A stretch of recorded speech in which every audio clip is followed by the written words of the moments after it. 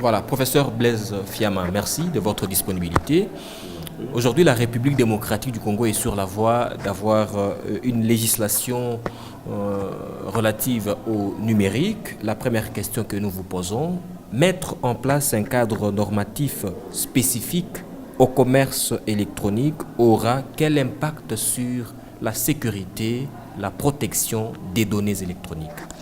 Bien, il faut d'abord souligner ici que le gouvernement, depuis le début de l'ère numérique, ne s'est pas beaucoup penché ici chez nous au Congo sur la question numérique. Les cadres normatifs d'habitude concernent uniquement le secteur minier. C'est une bonne chose qu'enfin on puisse penser au numérique, qui est un secteur très porteur et très conforme aux temps actuels. Alors, cependant, il ne faut pas seulement se focaliser sur l'importation mutatis mutandis de ce qui se fait ailleurs et venir le mettre chez nous. Il faudrait prendre ce qui se fait ailleurs, certes, si c'est bien fait, mais mener une étude locale pour contextualiser et adapter ce cadre normatif au Congo.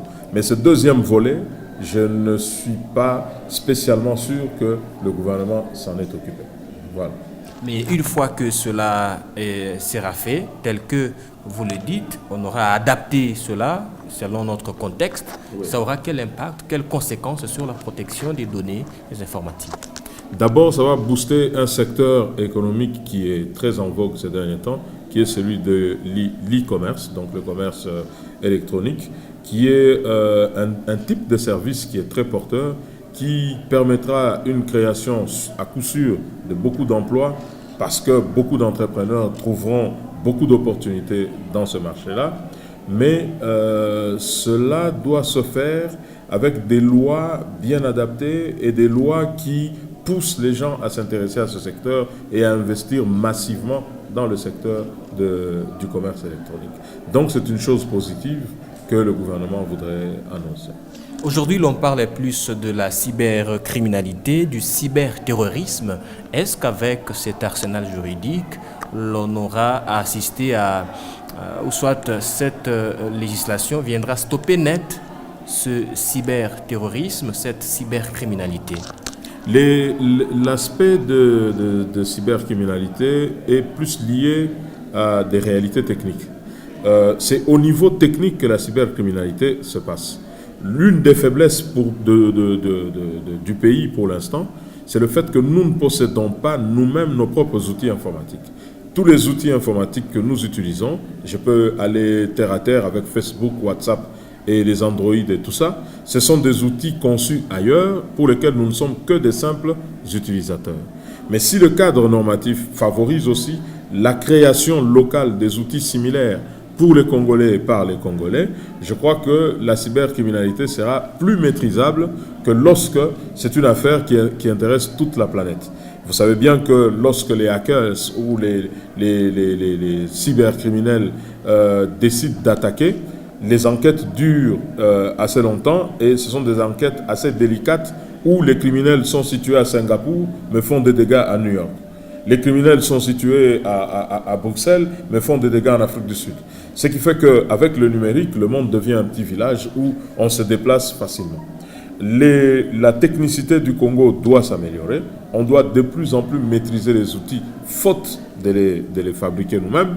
Et au-delà de ça, il faudrait qu'il y ait des lois sûres qui puissent punir et dissuader toute personne qui s'investirait. Parce que pour être cybercriminel, il faut vraiment s'investir dans les connaissances. C'est du banditisme qui demande beaucoup de compétences et beaucoup d'intelligence. Et pour l'instant, au Congo, la criminalité locale en termes de cybercriminalité n'est pas très développée, mais il est temps que nous puissions prévenir plutôt que d'attendre de guérir les choses. Voilà. Et donc, pour terminer, le développement du numérique présente des atouts pour la République démocratique du Congo. Absolument, absolument. Nous sommes à l'ère du numérique. Regardez, si vous jetez un coup d'œil chez les voisins rwandais, vous allez voir que le numérique y est pour beaucoup dans le développement du Rwanda et même dans la vitrine que le Rwanda offre au monde.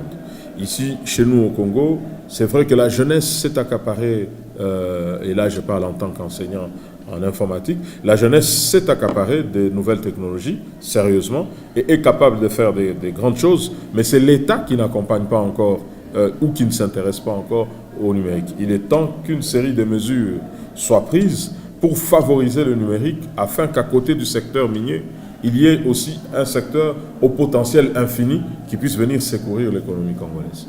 Puisque le secteur, vous l'avez dit tout à l'heure, le secteur du numérique est aussi un secteur porteur de croissance. Il est un secteur porteur de croissance. Actuellement, même dans le PIB des grandes nations, des pays développés, le numérique contribue parfois jusqu'à 20%. En Inde, 20% du PIB national. Le numérique emploie à lui tout seul pour des entreprises comme Tata Investment 70 000 personnes, c'est de loin plus que la GECAMINE. Lorsque nous allons dans la Silicon Valley à elle-même représente près de 600 milliards de dollars aux États-Unis.